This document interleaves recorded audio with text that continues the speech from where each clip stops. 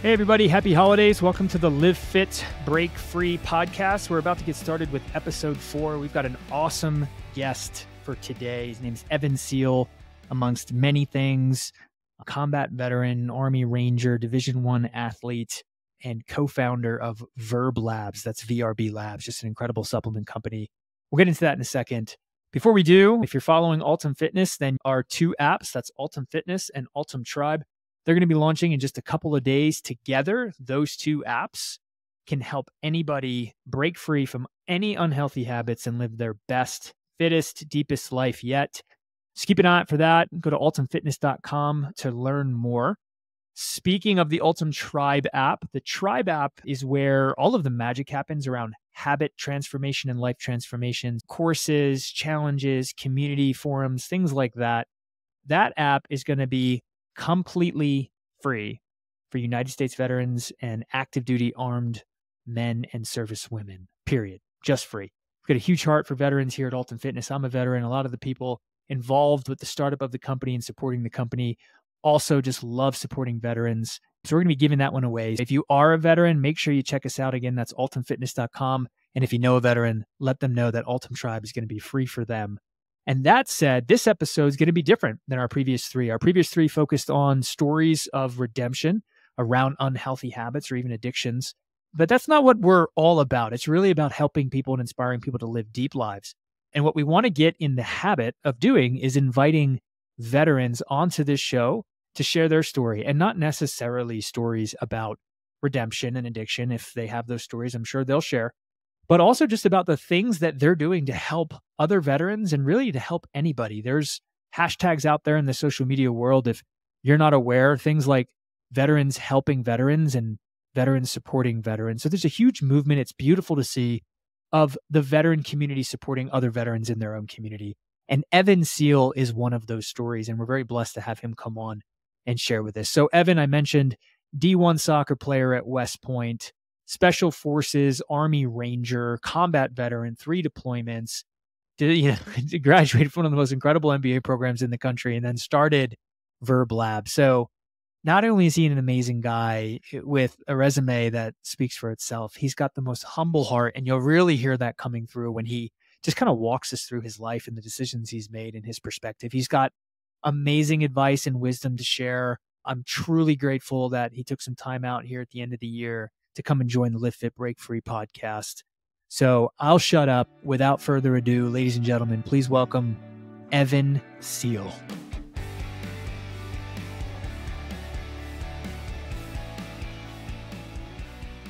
How you doing, Evan? I'm doing good, man. Thanks for having me on. I'm honored to be here, and congrats to you on kicking off the podcast and getting after it. Thank you, man. Thank you. You're our second guest, so we will always remember you being gracious coming on. Nice. How's the end of the year going, Evan? I know you got a lot going on, running a company and all those other things, but how you feeling as you close out the year?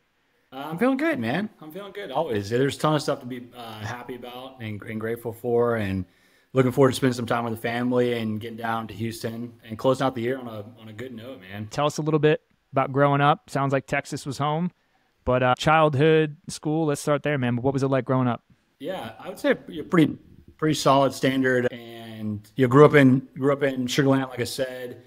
Sports were a big part of our lives. My mom and dad got us into, mainly my mom actually, got us into everything. She's a saint for, allowing us to figure out what we were good at and what we enjoyed and had fun doing. Man, I played every sport. I was in some sort of a league at some point until I either didn't like it anymore or, we found out that I just wasn't good at it. Basketball, baseball, track and field, football, soccer, choir, pretty much anything we ever wanted to do that was an activity.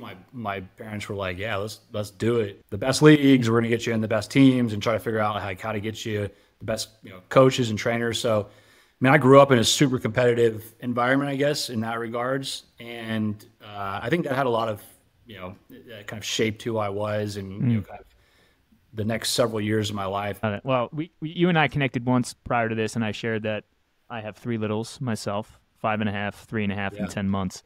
And only the 5.5 and 3.5-year-old are actually doing activities. And when I say activities, it's like once a week. Yeah. And my wife and I feel sorry for ourselves sometimes for carting them all around. So I can only imagine, the reason I was asking how many kids, if you all had activities, Yeah. Shout out to your mom and dad. Nothing but deep respect for them. It's crazy how as you get older, you kind of look back on those times and like, man, my mom, like, she was a consultant, so she'd work, for like PwC. She'd fly out on a Wednesday, come back on a Thursday, meeting with clients all over the U.S. And then, boom, right into the weekend, it was like tournament in San Antonio, tournament or in Dallas, or tournament in wherever. And we're driving all over. She fucking sacrificed for sure for us. You got to be selfless. That's for sure. All right. So you started going into there that of your siblings, you were the one that went into collegiate sports. And you also said earlier you kind of dabbled in every sport. I even heard you say football. Shout out to football, my sport of choice. Yeah. Which sport did you wind up kind of going all in on? I'm assuming like in high school and took you into your collegiate years. Where did you land with sports? I narrowed everything down to football and soccer and around basically going into high school. High school, I played both soccer and football all 4 years. I started getting recruited by West Point for soccer. You go to these kind of big college recruiting tournaments for soccer, and you get hit up by coaches, and they kind of express interest. And West Point was one of them, and so I was like, "Whoa, this is kind of crazy." And I didn't even really understand. Like, no one in my family was like military or had a military background, and so this was like very strange to me. But luckily, my mom was like aware of West. Honestly, I didn't even know what West Point was. Like, it was not even on my radar or military service. It was this kind of incident where the stars aligned. I started getting interest from West Point, so I started diving into everything that is military service and what West Point is. And I started talking to other people and mentors about this opportunity. And every single time I talked to anybody about it, they were just like, "Yeah, you have to go do this. Like, this is an awesome opportunity. Like, what an honor this could be." And I'm like, "Okay, well, started looking into it." And I think at the time it was something that got me out of the bubble, and I was excited about that. I was like, I'm gonna go travel to New York and go to school there. My family lives here in Texas. It's gonna be crazy. Like, we're gonna shoot guns and do all kinds of cool stuff. That was kind of my mentality at the time, to be honest. And it's interesting because, as kind of ridiculous as that sounds, it doesn't. I've more or less done that in a lot of different situations. Like, it's like, okay, everyone, we're doing this, and we can all run this way, or you can take these like kind of weirder, off ramps and go into different directions that maybe is not the norm. Maybe that was one of the driving factors. Yeah. It's funny where you just landed. I was going to bring it up later, but that decision, the way you put it, I forget your words, but essentially, like, my words are, you wanted to do something different against the grain, get out of the bubble, didn't want to do what other people were doing. It'd be interesting to talk more to find out if that's like a recurring theme in the decision that you make up to and through even starting a business. And we'll get back to that, but it could be a hardwiring, Evan, that's in you to kind of like explore and buck the system, which I think is really cool. So real fast, my mom actually took me to West Point. I will not go into it deeply here, but let's just say some choices I made in high school would have excluded me from going to West Point. But she did go there. She brought me there. And there's like I don't know what the word would be, like a mystique. There's a mystery. Obviously it's just such an amazing tradition, the whole thing, and the service is all of that. But I was always enamored with West Point. She brought us to, it was Colgate. It was West Point football versus Colgate. Cool. And I remember looking over, and just being like blown away by that place. But something I would love to hear, you're a kid, you're leaving Sugar Land, Houston, Texas area. It sounds like, West Point was something that got dropped into your mind as a senior. And then before you know it, you're graduating and you're in upstate New York at West Point with, it sounds like, a family network that has military service that you can turn to and be like, what the hell is going on here, right? What was it like that first week or 2 or 3 or whatever at West Point when you showed up and your world was just completely different? Before I went directly into West Point, I graduated my senior year. I actually went to the West Point Prep School, USMAPS is what they call it, United States Military Academy Preparatory School, which is the sister prep school to West Point. It was still, there was still that, went off to the Northeast, got dropped off, and it was very much like, they had this whole, and West Point does the same thing. I did it again 8 months later, but at West Point. But basically, show up with your family on our day, and you have I don't know, a minute to say goodbye to your family. Everyone's in this like, room together, and then they come in and they're like all suited up in their military stuff. And I'm just like a punk, high schooler, 18-year-old who's knows everything at the time. And they're like, okay, you have a minute to say goodbye to your family, and then we're getting on the bus, and that's it. And I just remember like that, us finishing saying goodbye and then walking onto the bus and be like, damn, that's it. Like that's literally it. Yeah. And so from there, they take you to this basically like a manufacturing line, and they gotta get your hair cut, get your books, get your uniform. Here's like a quick down and dirty on how to drill and like walk like a soldier. And it was like that from there on, man. It was intense. It was scary, but I think that it was so like high energy and so just like constantly go, go, go, go. People always like, you always had some sort of structure. You knew you had to be doing something. So there wasn't a lot of time to kind of think. And so in hindsight, as long as you could just put one foot in front of the other and just follow orders, like you did just fine. And you just went through it all. I never really remembered having much of a problem or even really being scared or having a time to be concerned, just because it was like, I wouldn't even think about it. I was just like, okay, I need to get my uniform ready. I need to get up at 6 a.m. or whatever it is. So I think that structure kind of helped alleviate any confusion or time to wander, I guess, which is I think what I need. Yeah, and I can relate somewhat with my first days on Parris Island when I showed up there for Marine Corps Basic. It's like the thing that I figured out really quickly, that I think if you figured it out quickly, you would do well, is just stop thinking about what you're being asked to do and just move in the direction of whatever you're being asked to do, and do it fast and do it intensely, and you'll be fine. Yeah. All right, so you get done with that. What is the name of that program or that kind of season again before you're full into West Point? It's called the West Point Prep School, USMAPS. Prep School. Okay, yeah. West Point. Okay, so you finish prep school. Is there any break in between going over to West Point, or you're literally just throwing your bag over your shoulder and moving over? Pretty much just move over. Like a bus picks you up, and you, as a class, you all move to West Point for the next R day, which is the day when all the straight out of high school comes straight in. So it's kind of a double-edged sword, because now I'm showing up with like it's about 200 people, 150 to 200 people go to the prep school before West Point each year.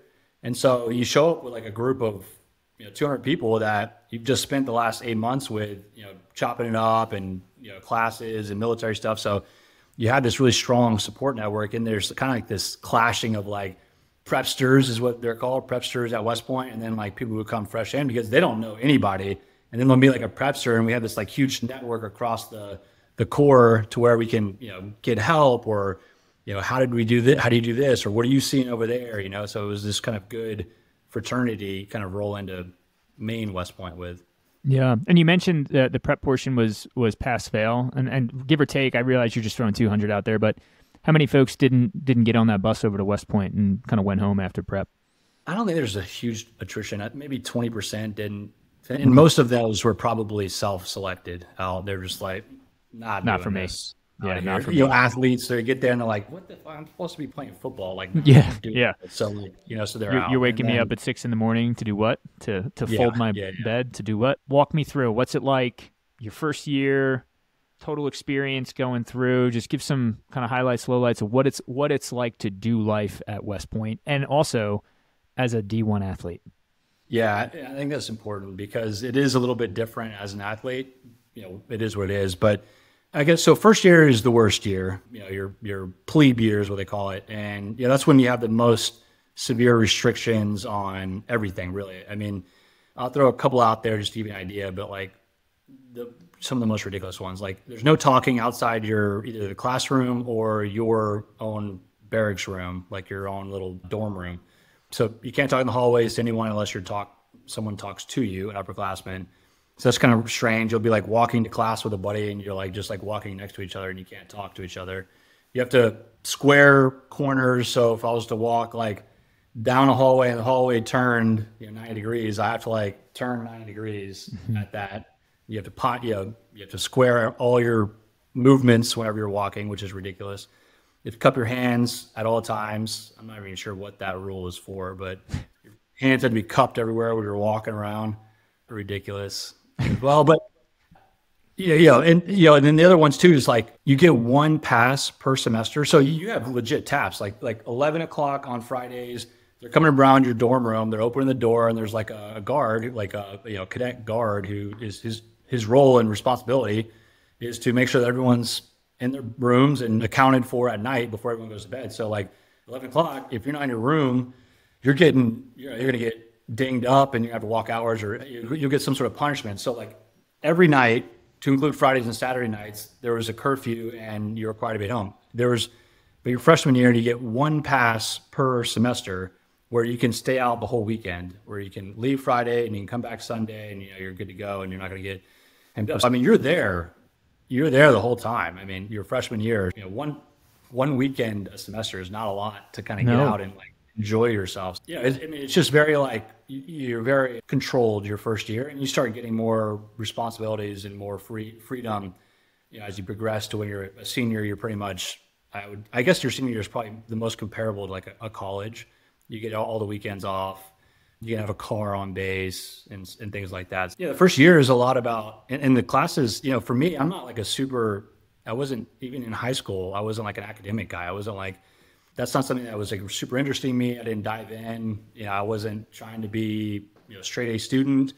And you get to West Point and it's like, it's pretty, I mean, it's heavy engineering type coursework and challenging. And a lot of time, your first years, at least for me, spent like buckling down on, trying to pass the classes and get through the classes and then just play my sport, soccer. Soccer saved me a lot as a freshman because you're a D1 athlete. I mean, you're practicing every single day on the weekends. You're traveling on the weekends to go play sports. You don't get like passes when you're out traveling, but like, it breaks up the monotony and you get to get out and, it's not as stressful probably and as, I hate to say depressing, but like just kind of not fun at West Point when you're in your first year. You obviously make the best of it and you do have great times, but soccer allowed me to get out and just not be bogged down as much. So it was great to be an athlete. And then you have like the upperclassmen who like look out for you. And, if someone's hazing you in your company, like you have an equal in his grade that can come and like, have a talk with them and, you're kind of looked after. And so there's a lot of positives with being an athlete at West Point. I got to, thankfully I was able to experience some of that as well. When you're a freshman, are you under the Uniform Code of Military Justice already? Yeah, and I don't know, like the most important one that I know of is the start of your junior year. So if you start your junior year and you take like if you're there for the first day, the way I understand it, and I'm not sure the exact legality of it, is you're essentially saying like you're committed at that point. So you commit that first day of your junior year, and if you do commit, then from that moment on, if anything happens to you, you are more or less in the Army and you will owe time. So the normal commitment is 5 years after you graduate. So if you graduate West Point, you owe 5 years of active duty service, with the exception on if you did like an ADSO where you like got the branch you wanted in return for adding additional 3 years or something. So you could end up graduating and owing 8 years, but most people, the baseline, the minimum is 5 years.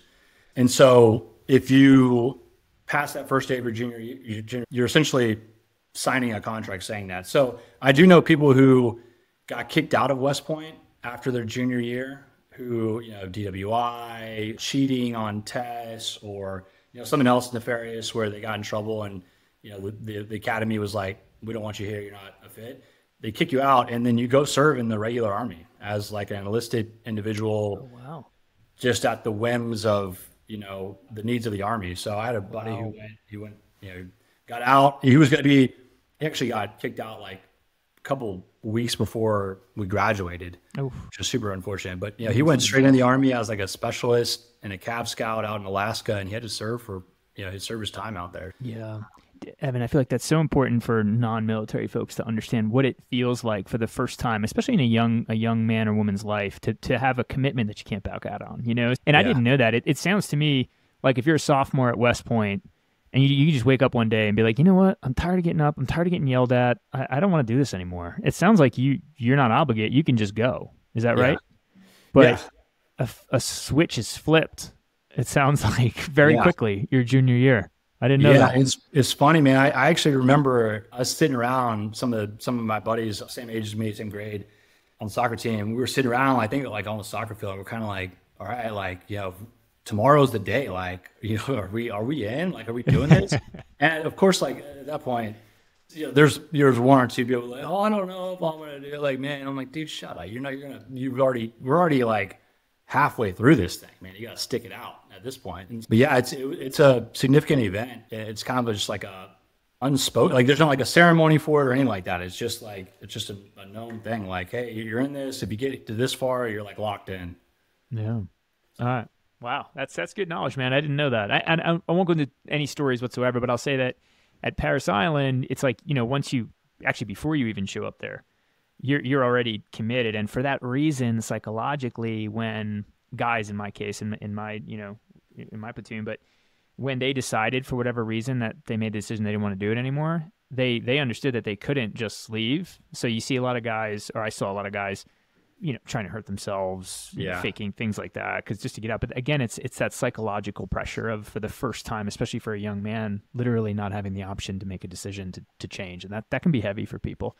I don't want to jump too far ahead, but what is the process within the United States Army about determining what's next for you? Are you self-selecting, say, like your military occupational specialty once you're out? Are they telling you based on skill set? But just walk us through kind of wrapping up at West Point and then transitioning to wherever you went next, if you could.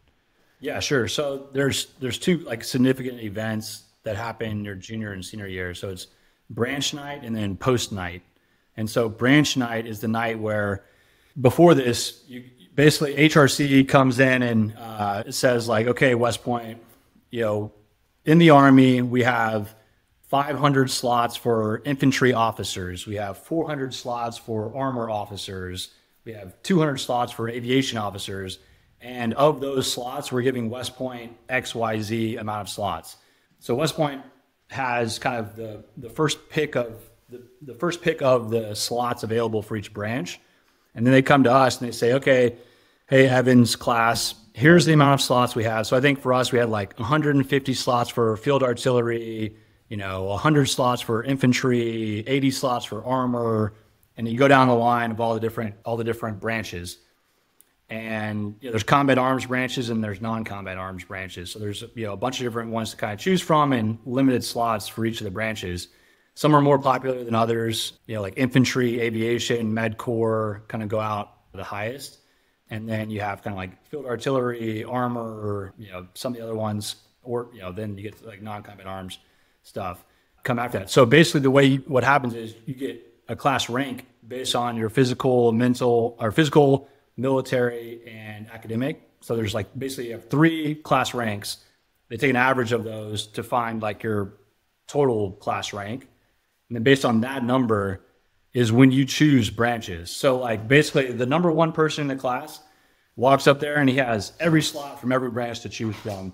And someone who's last in the class might get left with like whatever's been, the leftovers essentially. And it's kind of wild. Like before that night, you basically write down on a piece of paper, you rank all the branches you want from, best, the number 1 all the way down to like, I think your 5th favorite. And then they basically take all that back. They figure out what you're going to get based on your class rank and what everyone else picked. And then you have a branch night where you're all sitting in this auditorium. They come hand out these envelopes to you. They do this like countdown, and you open the envelope and you pull out this card and it's got your branch on it of what you got. And so like, that sounds like exciting and nerve wracking and all the things, huh? Yeah, it's crazy. Funny story is the buddy next to me was like, he was pretty low in the class, and he like pulls out his thing. Like he didn't even know what the branch was. Like didn't even know what the symbol was. He ended up getting branch like ordnance or something. And but yeah, man, it's just at that point there's like really not much you can do. You can try to swap with people, but it's not very likely. So yeah, that's how you figure out branch. And then the same thing with post. They basically say, okay, here's how many slots we have for each of the posts within each of the branches. So within FA, field artillery, you have 3 slots to Fort Stewart. You have 5 slots to Hawaii, and so on and so forth. And then again, class rank within branch, you pick your post. Branch is basically the job you'll be doing in the Army. So whether it's flying helicopters, infantry, armor, aviation, whatever it is, and then post is where you'll be stationed to do that job. Tracking. Okay. What was your list and what did you get? my list, my number one choice was field artillery, and I got it. So catch us up. Where'd you go from there? I mean, I know where you went geographically, but how long were you there, and what's next in the Army? Yeah, so went in FA, did the Fort Sill, like OB's Officer Basics course, learned how to be an artilleryman, and then went to Fort Stewart. I got to Fort Stewart. I tried out to go to Ranger School, and I got selected, so I went to Ranger School. Did that for a couple months. You did that tour. I recycled one of the phases, so I was out there for longer than you'd like to be. Did that, and then came back. Pretty much immediately went on a deployment to Afghanistan as soon as I got back. We went to kind of like in eastern Afghanistan, Paktika area. That was with the 3rd ID. And basically we're doing village stability operations. Like we were co-located with a bunch of special forces, ODAs, and they were out building Afghan local polices in different villages. And we were supporting them to do that, helping them train Afghan locals, equip, build, fortified checkpoints and military, like, hard points for the Afghan local police. So we're just kind of like driving around, building stuff and helping them train locals for the first deployment. And yeah, that. And then from there, I came back. I went to selection again to go to the Ranger Regiment and got picked up to go to the Ranger Regiment. And I went to 1st Battalion, 75th Rangers in Savannah, Georgia. So just like down the road from Fort Stewart. And then I was with the Rangers for the rest of my time. So I did about 3 years with them and a couple more deployments to Afghanistan with those guys. So Evan, your post, right? Get it now. The audience gets it. So you went to where you were going, pun intended, post West Point. Yeah. You show up, and it feels to me like there's 2 paths, right? It's become a field artillery officer, do your training, and deploy with a unit because of the time that you were serving. So far, so accurate? Yep. So you're attached to a unit, deploying as a unit, those things. But you mentioned the Rangers. And I think people are really curious about things like this because it's considered special operations, right? Okay. Yeah. Why? Why did you decide that was something you wanted to explore? Yeah, I mean, it was fair. Okay. It wasn't amazing. I don't want to give the impression that I crushed it. No, but I was lucky to get what I wanted. But you see what I'm saying? You seem to be wanting to challenge yourself. Yeah. Army Rangers, just for anyone that doesn't understand what that is, just give it a little explanation of what the Army Rangers is and why you personally decided that was something you wanted to explore. Sure. Yeah, so the Ranger Regiment is a special operations unit within the combined special operations umbrella. And so it's a little bit confusing because there's also a Ranger school, which you can go to, and that is a military school that anyone has access to. The question is if you get the opportunity to go, because there's only a couple slots. And so if you're not like an infantry person, if you're an infantry person, you get an opportunity to go to Ranger school right out of your officer basics course. That's given. But if you're not, like you're field artillery or if you're armor or something else, getting a slot to go to Ranger school can be a little challenging because the infantry don't want to really like waste a slot on a non-infantry person. But some people get to go. So you can go to Ranger school, and it's challenging. And if you complete it, you get a Ranger tab, and you're considered a Ranger school qualified Ranger. But then there's also a Ranger unit, a special operations unit called the 75th Ranger Regiment, which operates under CJ Soda, and they're doing special operations missions. And so if you think about like this umbrella of special operations units that the president has the ability to leverage, you have like Navy SEALs, you have Special Forces Green Berets, you have Army Rangers, you have this kind of portfolio of special operations units that you can deploy to certain mission sets. And so Rangers are, their primary mission is airfield seizure. They parachute into an airfield, they seize the airfield, and they control it so they can, kind of move combat arms and supply through there. But they are like the premier infantry fighting unit. That's kind of like what they're used for. That's the difference between Ranger School and like the Ranger unit itself. And you have to get selected to go into the Ranger Special Operations unit. If you want to go, you have to be Ranger qualified, at least as an officer. I think you have to be Ranger qualified. You have to have gone through the school, I think, before you even like put a packet in for selection. And then you may or may not even get selected to go and try out. But if you do selected to go and try out, you go, and it's a 3-week like super intensive, tryout. And you do everything from it's fitness, it's do you know your job? Can you be an artilleryman? Like, do you know it? Like, are you the best at it? And then there's like mental aspect to it. You do these like weird, like we did like this psychological obstacle course, and you do the weird stuff that you see on like some movies, you know what I mean? Like you sit down with a psych and you take like this 3-hour psych test and you do a bunch of crazy stuff. And then at the end, you go to a board, and on the board is like the regimental commander, a bunch of sergeant majors, and it's like they're just trying to grill you and break you down and decide at that moment based on, I mean, they've been evaluating you the whole time, and like they have all this data on you, and then they take you into the board, and that's kind of the deciding moment where they're like, all right, congratulations, welcome to the Ranger Regiment, or pack your shit up and get out. And so that's the selection process. Wow. So, and they told you, congratulations? Welcome, yeah. Wow. What'd that feel like? It was crazy, man. It was a huge relief. I mean, I think about this too. There was a moment a couple of days before the board where I was like, I remember talking to my parents and I was like, I'm out. Like, there's no way I'm making this. And I was already like admitting that I was not going to make it. And I wasn't going to quit right there and like walk away. But like in my mind, I was like, I had already convinced myself that I wasn't going to get in. I was going to let everyone down. I was going to be so embarrassed. And like, what am I going to tell my unit when I get back? And they find out that I just didn't get picked up on selection. And like, I was this whole deep rabbit hole I was going down. And then, I fucking ended up making it. Like, I think about that. I'm like, I've been in this situation before, and you just fucking keep your head on tight and, see this thing through. Yeah. What, that last sentence might be the answer to this question I'm about to ask, but what is it, habits, mindset, whatever, what is it that allowed you to be successful and persevere through what sounds like an incredibly challenging, tip of the spear, military speaking wise, experience in terms of training and intensity? I was physically fit. I mean, I've always done well physically, so I think I had that.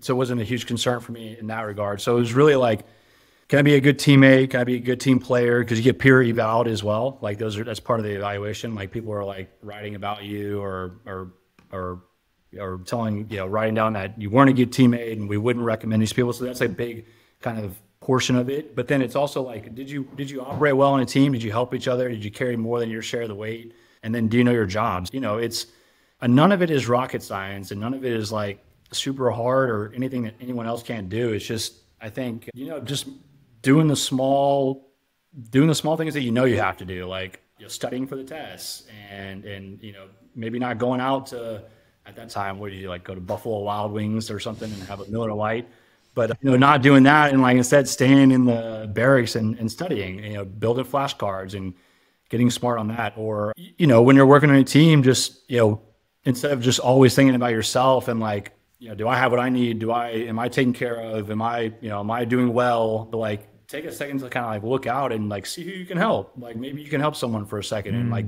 give them some tips on, artillery stuff, and maybe, down the road, he'll hook you up on some infantry stuff, and, try to, I think the Ranger Creed, that the one line where it's always like, I will shoulder more than my share of the task. It's kind of corny to say that, but like, I think about that a lot, honestly. I think that little phrase as you go through life and you think about, are you not only carrying your own shit and taking care of yourself and not making other people have more stuff to carry because you're not carrying your own weight, but can you carry just a little bit more? And then that like transcends, I think, a lot. And, I think that's always helped me. Imagine a world or a country where everybody adopts that every day, right? Yeah. That'd be a beautiful place. It is, man. That's something good to live by. Yeah. I'm going to move towards your deployment, if that's okay, but I don't want to gloss over what it must have felt like to sit in that board, right? Like I was just thinking, me having just exited corporate America, kind of climbing up the corporate ladder, getting to an executive level for a pretty big healthcare group. And what I was envisioning was like, man, if I had this like hope and vision and dream for my career, which is what you had within the Army, and you're busting your ass and applying yourself and hoping and praying that you're going to get to that finish line, whatever that looks like. And it all kind of builds towards this climactic moment where you're sitting in a room, in my case, with, say, like the board from the company and the CEO and all of everybody in the chain of command above me just looking at me and just reviewing my entire body of work. And it sounds like emotional and like just everything, like who I am as a person and what I've contributed, and just making this black and white decision, pass or fail. That is an intense day, bro. So I'm sure you were feeling it. So now you get your first deployment orders, right? So you show up in Afghanistan. Similar question of what it was like for a 19-year-old or 18-year-old Evan to show up at West Point Prep School. What was it like showing up for your first deployment to Afghanistan? My first deployment was still with the 3rd ID, but it was 2011 or 12, 2000, probably right towards the end of 2011. Okay. Graduated in 10. Yeah. Would have been right towards the end of, or maybe 2012. Yeah, right at the end of 2012. I'm looking at my Ranger School class. So right at the end of 2012 was when I got to Afghanistan. So finished Ranger School, the course, and then was still with the 3rd ID and deployed to Afghanistan. And so I was like kind of the tail end of the movement. So you had Advon, your advanced party went first. They kind of set up and started ripping out with the previous unit. Then the main body showed up, and then I was like at the tail end of the main body that showed up in Afghanistan. You know, we landed in, I guess we landed at Bath. I can't remember exactly where we landed, but I do remember what it was like. And it was nuts, man. It was like, you think like you're going to just show up and like, there's like, all right, we're in the game. Like, you know, like, okay, now is when you kind of turn it on. But like, there's never like this like force field that you walk through and all of a sudden you like know you're in combat and like now you're ready to go. It's like kind of this really weird feeling of like, and this was, you know, you're on the tarmac in Bagram and you're like, oh man, can I get shot right now? Like, could someone like snipe me from, you know, one of these mountaintops over here? And like, I mean, yes, but like, no, really as well. You're pretty safe in one of those big bases, but you know, it's kind of crazy to think like that. You know, it's all of a sudden, you know, land in an airport, and it kind of felt like, it reminded me of that scene in Star Wars. I don't know if I'm not a big Star Wars guy, but I do remember the scene where they go into that bar and there's like all these weird people everywhere. There's like, you know, like dude with like 3 heads, and there's another cowboy guy, like just this mashup of just like bizarre people. And it was kind of like that because you have all these like contractors and people from all over the world, like who are landing here to like, you know, participate in the war in some form or fashion. And so just random people everywhere, different units, different, you know, countries. So it was just kind of this crazy experience. And like, and because I wasn't like a part of the main body, I was like, I need to like link up with somebody. So I wasn't like, you know, in a bus going to my barracks and linking up with my unit. I was like, hey, I'm supposed to meet Major, you know, Rogers or something like that. I forgot who it was. And he's going to put you in a truck and he's going to drive you over here. And then you're going to take a helicopter to your base. And so like, you know, I remember like, it was like one of the first times in the military where like, it wasn't all super structured. And like, I didn't know exactly where I was supposed to be and at what time and all that stuff. It was just a really bizarre time, kind of landing now, there. Is that because you were a Ranger and you were showing up kind of detached from a bigger unit at the time? Is that why maybe it felt that disorienting? My words, not yours? No, and it was just because of I missed the main body movement of my unit. So I was still in the 3rd ID. I just gone to Ranger school, so it'd be like going to, you know, just like a specialized school. So I wasn't any different than anyone else. I was still with the 3rd ID in my unit, and I did have a family. It's just I showed up a little bit after my family, and so they were trying to like, I needed to like link back up with them, and they weren't just at, you know, Bagram. They were like scattered throughout the country in different bases based on their mission. So like, they're like, all right, you know, someone had me on their list. They're like, hey, we're missing a, you know, Second Lieutenant Seale. I was going to say, oh yeah, he probably landed an hour ago. He's supposed to be arriving. He's getting off the tarmac, ducking. Yeah. Wow, I'm never going to get that little metaphor there at the Star Wars bar. I'm not a Star Wars guy, but I've seen that particular one. It's perfect. It's perfect. For the record. Yeah. All right, so you get where you're going eventually in the back of a truck, maybe. What's that like? We got picked up in actually a pretty sweet like Land Cruiser. I was like, what the hell? Why do you guys have all these, you know, sweet Land Cruisers over here? But anyways, piled in the back of that thing, and we went to another part of the airfield, and then a helicopter. We took a Black Hawk to. I was just on a manifest with again a bunch of other randoms going to Paktika, which is where my, you know, like final destination was. And I took a helicopter from there to my unit, and then I finally like linked up with my unit, but. You know, it's just a lot of like anxiety constantly because you're like, you're never like able to rest. You're never at your final destination for a long time. I've been traveling for freaking 4 days before I finally got to my, you know, resting place, which is like a cot, you know? Mm-hmm.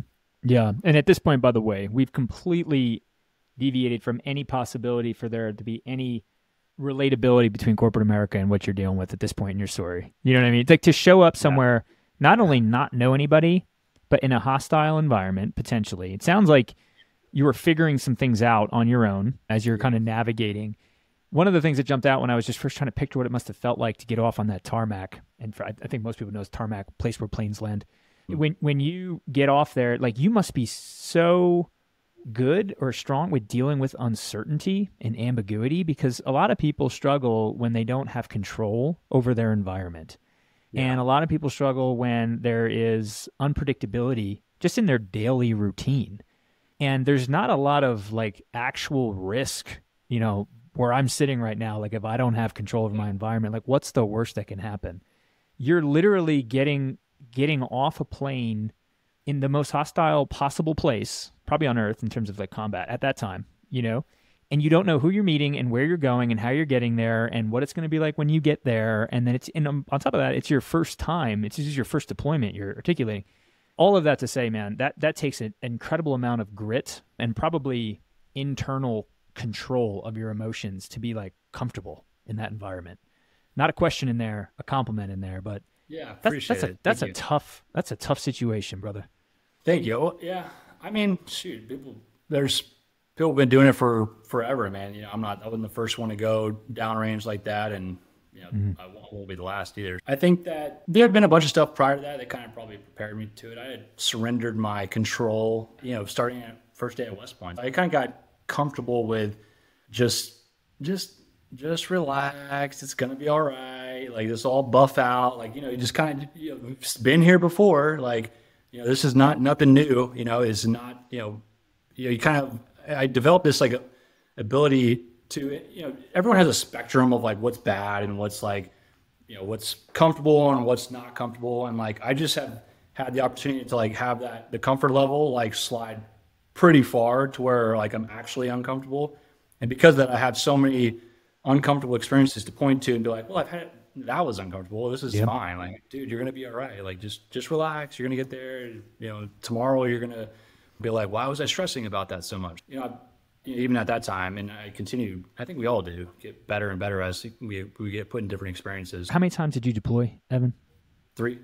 3 times? And each time, like first, second, and third, how long are those deployments? So the first one was 9 months, and then the next 2 were 4 months. Man, thank you for that commitment and that service. If you would just reflect on your 3 deployments, what are some of the most valuable lessons and wisdom that you gained with those experiences? Yeah, number 1 would be life is short. So you need to don't sweat the small things, focus on the present and enjoy every second you have like in the present, because future worries are just made up in your mind, and then the past worries are things in the past. So like it doesn't matter. So right now, what do you have? The ability to connect with you. This is real. We can have, build a relationship, focus on those things, and don't let things stress you out, or, don't get in arguments with people, or don't argue with people, and just like, have bad engagements or really any bad situations. Just life is too damn short to like have those. So, try to develop a mechanism for which you can realize you're in one of those situations where you're wasting your time being angry or upset or worried or something like that, and burning your precious, valuable present time, because life is short. Because people, as you get older, and if you happen to have deployed, you accelerate your exposure to loss, and so that always allows you to see things with a different perspective. And so you hear it all the time: life is short. Life is short. You ask anyone who's on their deathbed, or any research you've ever seen on people who are at the end of their life, what they regret, and it's like always, I wish I had spent more time with X, Y, or Z, or I wish I had hadn't have stressed about the small things. Because I don't think I think even at the end of my life, I'll still be like, man, I wish I hadn't have stressed, or I wish I had this. But like, if we know that, then right now we can do something about it. We can live a better life, and we can be better people to the people around us. That's a long number 1. And then number 2 would be, just take it, figure out what you want to do. If it's a goal or a task, or it's a passion or something you've always wanted to do, and just like take the next step always. Don't get bogged down with steps 2, 3, 4. We were talking about this earlier, but like, it's easy to let the 100-meter target or the whatever analogy you want to use, the third step or the fourth step prevents you from taking the first one. Discipline is such an important thing. I think discipline plays an important role in that. But like, if you can just get comfortable with constantly taking a step forward over a very long period of time, you can achieve whatever you want to achieve, and you can have whatever you want. So, yeah, do that and put yourself in hard situations. Like, if you're not happy with your life and you're feeling discouraged or like, kind of just complacent, a lot of times that's just because you're not challenging yourself enough and you haven't found something that's taking you out of your comfort zone. So I know if I don't have like a project that I'm working on or a house project or like a verb project and everything is like good, I'm fucking miserable. Excuse my language, because I want to be doing something. I want to be achieving something or pushing myself to be challenged and do something. Find those things, and I think if you constantly are running after something like that, then it's pretty fulfilling. Those are my words of wisdom. I love it. Life is short. Discipline is everything. This is my summary for you. Yeah, that's good. That's what I should say. Yeah. And challenge yourself, right? I had a pastor say once, sometimes someone says something to you, you just latch onto it. You don't forget it. He said, if it's healthy, it grows, which implies the opposite is also true. And if you're challenging yourself and, using discipline to hit whatever goals you're challenged with, you're going to grow, and growth is health. That's what it made me think of. And if I could, I just don't want to gloss over this either, but if life is short was your number one, which is wisdom across the board. If everybody can live out that every day with that perspective, it's good. But coming from you, Evan, and I'm literally not going to ask you for any details, but I'm going to assume that comes from a man who has seen lives cut short, which probably brings a lot more appreciation for life, given the places that you've been. And I won't even ask you to respond to that. I would just say that I would deeply respect you, and I think anybody listening should take that advice very seriously, that life is short. Totally. And to live every day that way. Yeah, and look, I'm not uniquely, I just happen to probably experience it earlier than most people do, but we're gonna start experiencing it. You're gonna start losing family members, you're gonna start losing friends.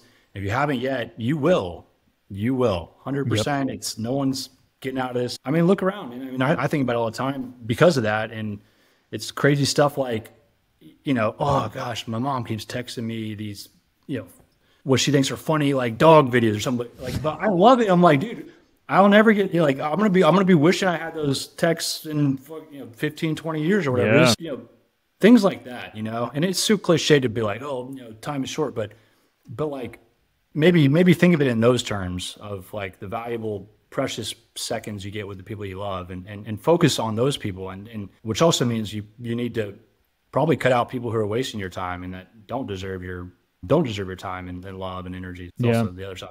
Yeah.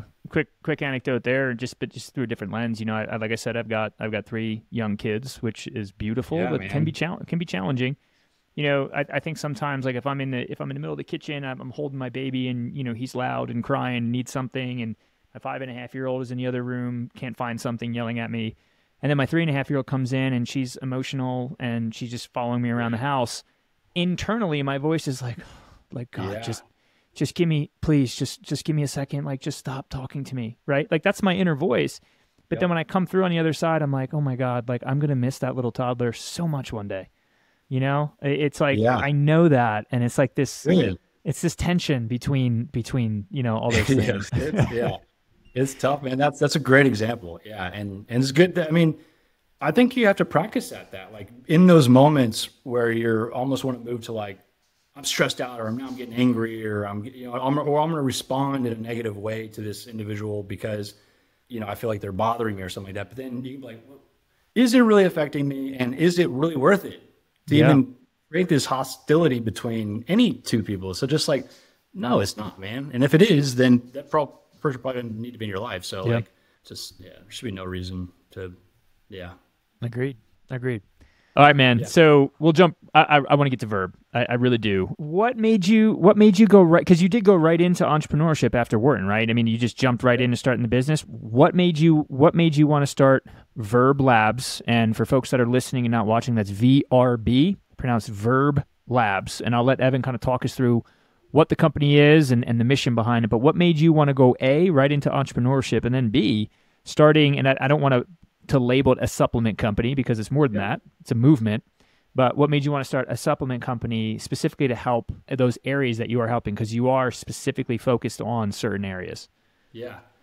Yes, entrepreneurship was something that was always really interesting to me. My time at the private equity firm, I got to see a bunch of founders that had built these companies over 15, 20 years, and were now selling to the private equity firm. But I was one initially like going out and finding the deals for the firm. So I was a lot of times like the first connection to these founders to get them into the office to potentially sell their businesses. So I got to talk with a lot of founders, and it was a really eye-opening experience to see just like the passion and how happy they were that with this baby. These were their babies. At 15, 20 years, they've been building these companies, and like blood, sweat, and tears, and they're super proud of them. And it was just like this really cool experience to see someone so excited about these companies that they had built. And I was like, man, that's awesome. And it was also, they were like, they're hailed, like private equity firms, they want the founders, they want the businesses. Like that is the gold, right? And then you have these founders who are like, yeah, I built this thing over 10, 15 years. This is mine. It's like, you want to buy some of this? Okay, come talk to me. Like they were like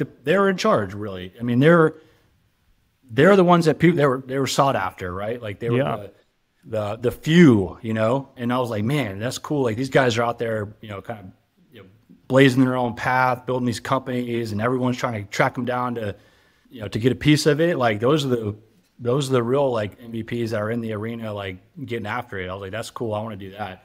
And so I kind of had this bug from that experience going into grad school. And so I started taking like the entrepreneurship classes, like first year, first semester, to try to like, let me just get in the ecosystem to see if I can just knock something loose or comes up with anything. And I ended up meeting my co-founder, Chase Hobby, who's awesome dude, Navy guy, naval aviator, flew F-18s for like 10 years. Athlete at the Naval Academy, just all around stud and great guy. And me and him kind of bonded first year, first semester, a lot of same interests, health, wellness, fitness, entrepreneurship. And man, we basically partnered up in these classes, these entrepreneurship classes to start like brainstorming and if we could build something. And we were also very not against, but like kind of, we just didn't want to do the traditional path of like, okay, consulting, investment banking, yada, yada, yada. Let's start recruiting for some, to go work somewhere, and let's try to build a business. And so we, through these classes, we started throwing out a bunch of ideas, and we're commiserating one day on just being kind of banged up, athletes from, college and then the military, and, having trouble sleeping and, some stress, PTSD, pain issues, inflammation, stuff that like, we were starting to become acutely aware of at our age based on like, what we'd been through and put our bodies through. And we also knew that the VA has historically just been kind of, I don't want to say they overprescribe, but like they're quick to try to make people feel better. And so it's like quickly onto prescription drugs pretty quickly. Like if you go on and you're banged up, here's some prescription drugs. And well-intended, right? Well-intended. Yeah, well-intended for sure. Like I don't have no malice towards the VA, and I think they get a bad rap, but they don't deserve it really. They try to do everything they can for veterans. But we thought that there could be another step between the prescription drugs and getting help, and also like we could see that veterans, this cohort of people were just underserved, and we were like, hey, look, let's see if we can build some better for you solutions, natural solutions that are maybe a stepping stone before you go to the prescription drugs. These will help you. Maybe you can help 30% of these people. 70% are probably need more help than what we can provide, and that's totally understandable. And that's just we can't help everyone, but can't we cut off a percentage of these people to prevent them from going this route and then solve their issues with cleaner, natural, non-addictive solutions? And we focus on pain, stress, sleep, because those are they're very related. If you're in pain and you have severe inflammation, you're not sleeping well. If you're not sleeping well, your cortisol levels are jacked, you're stressed out, and then guess what? If you're stressed out and your cortisol levels are jacked, you're going to get inflammation and have achy, painful body. So they're all related. So if you can kind of target those, then man, you can at least get your body back to a level playing field to where you can go on and enjoy life and do things you want to do. We attacked those three and teamed up with a group of pharmacologists out in California to start getting smart on all the research, which botanicals work the best with each other, what dosages, and what can we build that could, really deliver some great, results. And long story short, we did that and did a bunch of R&D for months, got some, products built, started testing them, ourselves, giving them to friends, family, classmates. And, over a year, realized like we got some real awesome products here that people are loving and like actually coming back to us and saying they helped and can I get more? And we're like, dude, we might have something here. Like, let's start building a business around that. So we were super scrappy. Like I built the website, like we gemmed up the labels in like PowerPoint or something. And like, just like, let's get it. Let's just get in the game. And we got the products coming and, we can get like really small order quantities. We're paying way too much, but we're getting real low order quantities. So we don't have to like break the bank to buy this stuff. We're all coming out of pocket. So we didn't start with trust fund money or anything like that. Like nobody gave us money. I think we both put like $7,000 in, and that like covered us for like a year and a half, 2 years. Yeah, man, that's kind of that's how it happened. That's how it started. You light up when you start talking about Verb. The moment we kind of just flipped that switch, I said, tell me about the mission, the genesis of it, man. Yeah, I could just tell you're so passionate about it. Supplements, man. And again, I don't want to put the box on supplements, but you have a very holistic kind of the way you talk about it. You're looking at the whole body, heart, mind, how those things are synergistic. But supplements, I mean, that's a tricky, I would imagine, that's a tricky one to jump into if you don't have a background there. What was it like when you guys are sitting there? Like I'm picturing, be like, now what? Like, what do we do? I mean, every day is a roller coaster. It's, you're like, the feeling that I had at selection. It's like, well, man, I'm not going to make it. Like we're not going to succeed. Like this is going to fall through, or, you have a lot of those feelings like despair, but then all of a sudden you get like a purchase order and you're like on cloud 9. And then that quickly fades to like, okay, now how do we fill this order? And like, you're back to like, not despair, but like you're into like crisis control. So it's just like this constant up and down of like super pumped, excited, crisis control. How do we do this? Or, this is going to work out. Okay, pivot. I mean, it's just a constant game of like quickly pivoting, constantly pivoting, look, shoot, move, just like you have to keep moving. That's the point. You just have to keep going forward. Yeah. And go through the wall, go over the wall, go, freaking buy a different route and whatever you got to do. But like, if you just stick with it and you can have the determination to keep doing that, then I think the other important thing too that I want to touch on though is the supplement space, like you were asking, and how we found our suppliers. Supplement space is crowded, but we've kind of nudged our way in a little bit. So, and we're doing just fine. So yeah, I just say that to people who are hesitant to think that they can start a business or they don't have the idea, or, that's all kind of, that just, people are scared to take the first steps. And that's okay. But if you can identify that, then you can say like, oh, let me just keep trying, keep going. So hopefully a little cliche here, but your willingness to kind of jump out into the unknown, just kind of move in a direction. I've heard people say like perfect is the enemy of progress. People that have to like work it all out perfectly and have every box checked and know where they're going, that's just going to stop you and slow you down. I'll say this too, just on the topic of perfect is the enemy of progress. I think a strength and a weakness of mine is just comfort, kind of moving forward in and operating in an environment when every detail is not known. And for instance, I've built my own house, a beautiful house back in New Jersey. I when I say built it, I wasn't swinging hammers. That wouldn't be safe for anybody. But I was, learning the trades, scheduling them out, dealing with the township officials. I mean, literally built the whole thing. My wife did all the selections. But point is, there was many times in that process where I knew in my head, like, shit, I don't know this all the way through. I don't have either the time or sometimes, if I'm being real honest, the patience to learn it all the way through. I'm confident and trustful enough that I can move in this direction. For whatever reason, it would usually work out for me. But I can identify that there are people that would just stop and take the time because they're not comfortable. And that stuff accumulates into delays and lack of progress and even serious setbacks. And in getting Altum Fitness off the floor, I have felt fundamentally some similar moments where I was like, wow, this feels like I'm building a house. I'll get to like the website. You mentioned you did it yourself. I was like, okay, I've got to make a decision on what button or an SEO thing or a social media post. And sometimes I'm moving in a direction and I don't know exactly if it's the right one, but I'm comfortable doing it. And if someone would have asked me, like my wife has asked me, like, hey, like, why do you think, because Ultim is going to launch on time. And she's like, what do you think it is? You've never started a business. Why do you think that we're going to, get to the finish line? And if I had to give one answer, I think it's that comfort of just kind of having I think it starts with the passion, the idea, the spark, and then the confidence, and then the discipline, right? Like knowing what has to get done, waking up early, busting your ass and getting it done. But I think there's an entrepreneurial kind of strength there that I'm hearing from you, where you have the confidence you're going to move in that direction. Yeah, I think we're all wired differently because it's being, Chase and I we make a great team because, I am wired to kind of push forward with pretty limited information or, kind of teasing out like a strategy. Like here's a campaign idea, here's an idea.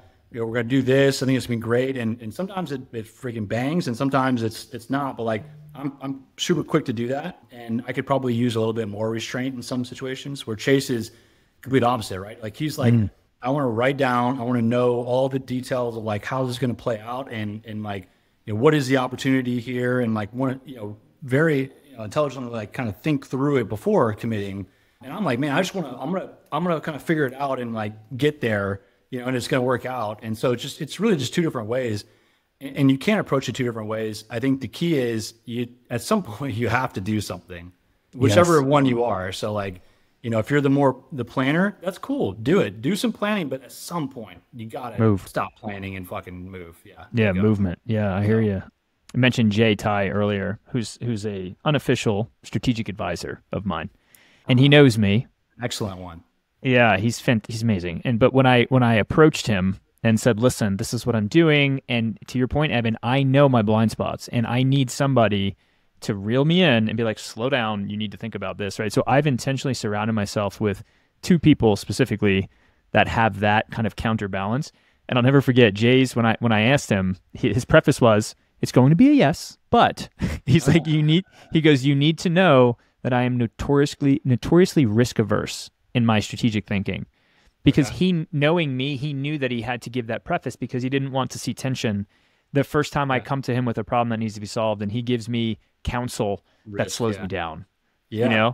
So I've kind of built in that protection for myself. Good. Well, that's good on you, because that's the other thing you can do to kind of mitigate your downsides, because you can either have advisors, teammates, whatever, but like, having people in your corner too is something we haven't talked about. But like as an entrepreneur, man, even if you're on a team like me and Chase are, you are very much alone, like in your silos. So like being able to connect with other entrepreneurs who have maybe 2 or 3 years ahead of you, kind of been down some of these paths and run into some of these challenges. I mean, just talking to people like that gives you confidence. Again, you can see so much like, well, they did it. Like why can't I do it? Why would I not be able to do it if they're doing it? And like clearly they are. So like either I'm not working hard enough or I just don't believe yet, and you need to. So yeah, I think it's super important to like build that kind of support team around you.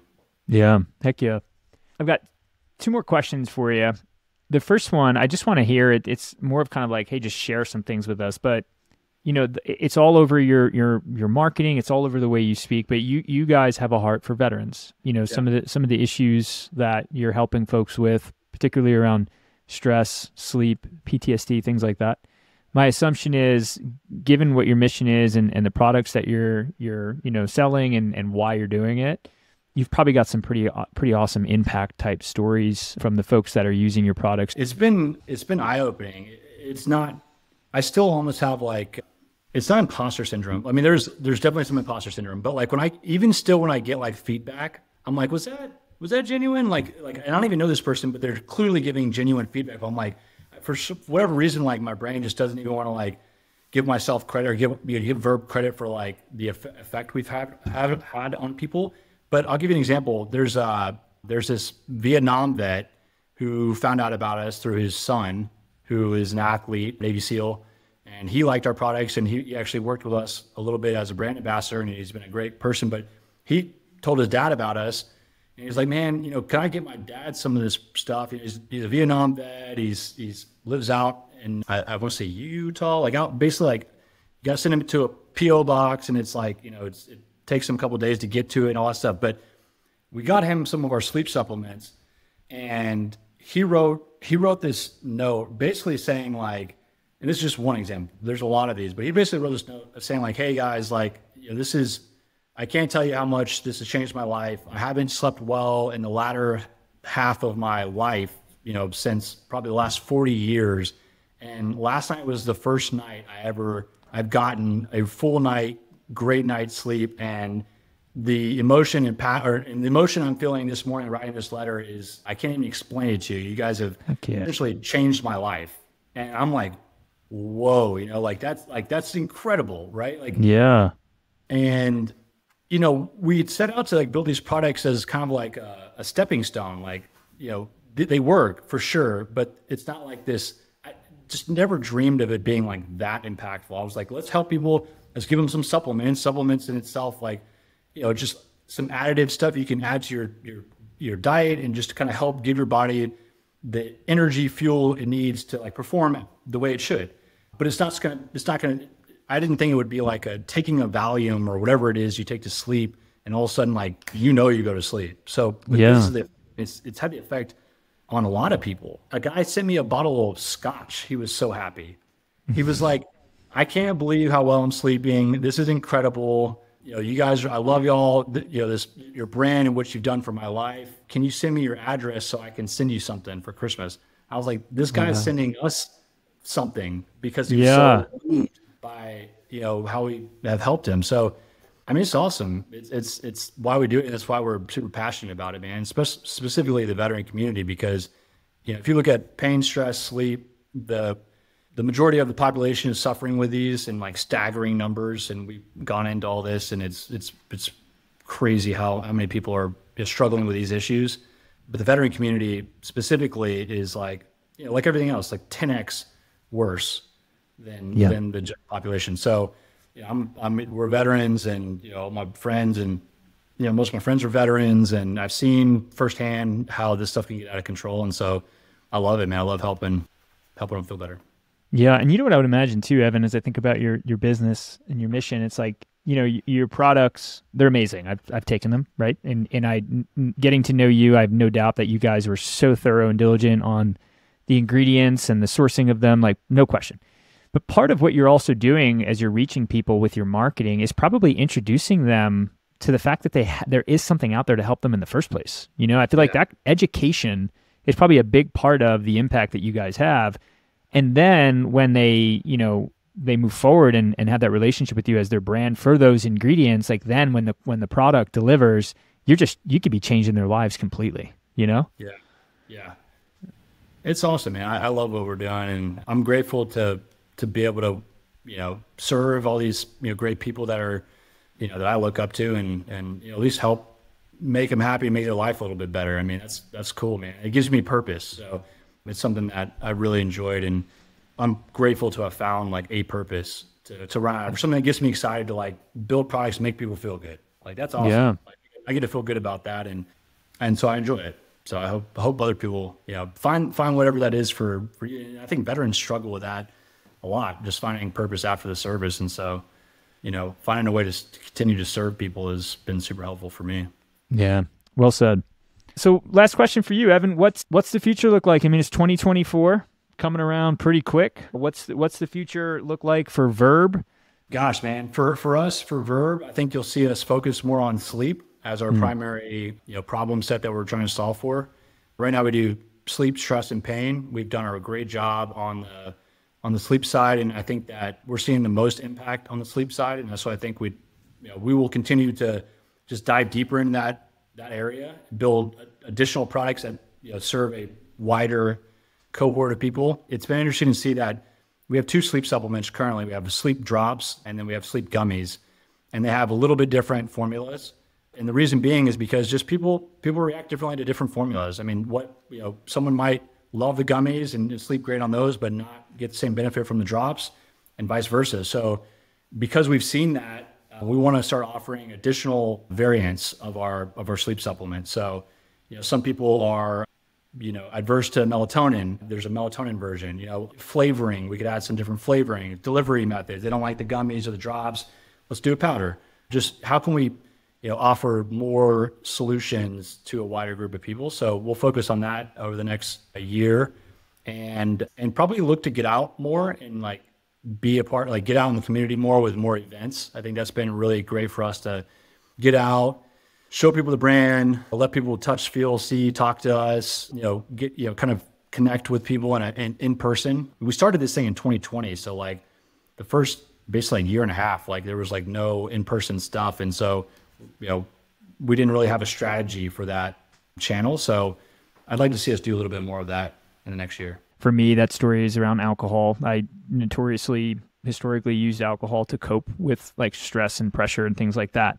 That to say, and you can put this in your research data bank on how people take different supplements, but what I did to help me, I always used a beer, like as I turned off my corporate mind and went into like dad mode, I always would have a beer and it turned into 2 beers, 3 beers. But so when I decided to kick that habit, I replaced that habit with a good one, which was I was having beers, non-alcoholic beers, things like that. All context to say, what I found worked for me was doing research, theanine, which you're familiar with, and ashwagandha and magnesium. I literally bought droppers and I felt like a weirdo. Like I'd be like, hey, my wife's name is Meg. I'd be like, Meg, be right back. And I would go in the pantry. Yeah, seriously, like a mad scientist. And I started taking like theanine, ashwagandha, and like magnesium. And then I would drop it into my NA beer. It would do a little, it would fizz up a little bit, but it was okay. And then I would have that. And something about that, the fact that I was drinking something that had something in it as opposed to just the NA beer was a game changer for me, just in terms of like getting past that transition. So I know what you mean. Like if you would have presented me like those same supplements in a different form, I would have preferred the drops because that's how I would want to drink them, So cool. I think you're on the right track, but put that in your research bank there. That's great. I mean, that's great feedback. And I appreciate you telling me that. If you had that small space to give the younger version of yourself some advice, but you had a limited time to do it, what advice would you give your younger self? Give yourself more credit and love yourself more. You'll basically, if I was talking to myself, like you'll realize later on in life that, that you haven't been great to yourself. So start doing that now, in terms of just like, giving yourself, I guess, like I say, give yourself credit and build yourself up more and love yourself more than you are. Quit being so hard on yourself about everything. And I would say that don't sweat the small stuff, continue to know that life will always continue forward. So as things get hard, no matter what you kind of come up against, it will pass and you will be fine. And so remember that and keep going and keep pushing forward and appreciate the present. The last thing I would say is always remember that people are going to remember how you made them feel above anything else. So it's not what you gave them, or it's not, the grades you got, or the game you played, or the clothes you wore, or any of that, man. It's just really how you made them feel. So if you can make people feel good around you, they'll always remember you for that. And if you make people feel bad, or if if you're rude to people, they'll remember that. So, don't forget that, I would say. That's beautiful, man. This has been great. Learned a ton about you. Thanks for donating your time here and spending way over time to get to know you. But man, you're an inspirational story. I hope you know that. Thank you. I mean, it's an honor to come on here, and congrats to you. I mean, you're doing it right here. You're in the arena building something awesome right here. So I'm honored to be considered to be brought on this thing, man. It means a lot to me. I know what you're building. It's awesome. It's going to save a lot of people's lives and help a lot of people feel better and live a better life. So, I mean, keep on, man, stay with it. And gosh, man, I'm honored to be here and to be a part of it. So it's like kind of ground zero. I'm excited for you. So Evan Seale, everybody, thanks so much. Hosted by Ultimate Fitness, this podcast is an extension of our mission to empower individuals to use fitness and community to break free from alcohol and other harmful addictions to live their best life yet. The Live Fit Break Free podcast.